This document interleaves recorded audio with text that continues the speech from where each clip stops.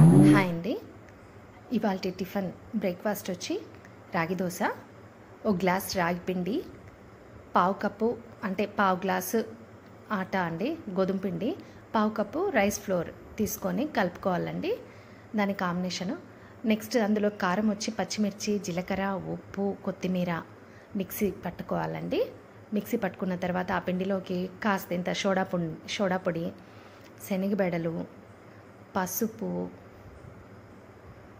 ఆ కారం, మిక్సీకి వేసినటువంటి కారము, సన్నగా తరిగి పెట్టుకున్నటువంటి ఉల్లిపాయలండి, అన్నీ వేసుకొని నీళ్ళు బాగా ఎక్కువే పడతాయండి. బాగా నీళ్ళగా కలుపుకోవాలండి పిండి. రవ్వ దోశ ఏ విధంగా అయితే మనం కలుపుకుంటామో ఆ విధంగా నీళ్ళగా కలుపుకోవాలి. ఇది నెరపడానికైతే రాదండి.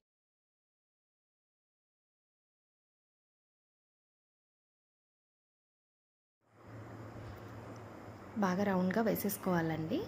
చాలా బాగుంటుంది. ఇందుకు కాంబినేషన్ మాత్రం ఇందులోకి చట్నీ బాగుండదండి. దీని కాంబినేషన్ వచ్చి కారం అండి, పచ్చిమిరపకాయల కారం, కొబ్బరి, తెల్లగడ్డ, ఉప్పు, పచ్చిమిర్చి మిక్సీ పట్టుకోండి.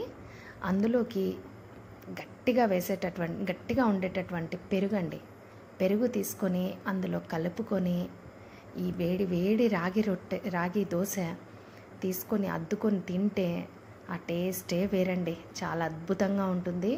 మీరందరూ ట్రై చేయండి. పిల్లలకు కూడా చాలా మంచిది కదండి. ఈ రాగి సంగటి లాంటివి తినడం లేదు పిల్లలు. దోశ చాలా బాగుంటుంది. ట్రై చేయండి. వేడివేడిగా తింటే అద్దురుద్ది, అసలు వేరే లెవెల్. ప్లీజ్ సబ్స్క్రైబ్ చేయండి. Thank you.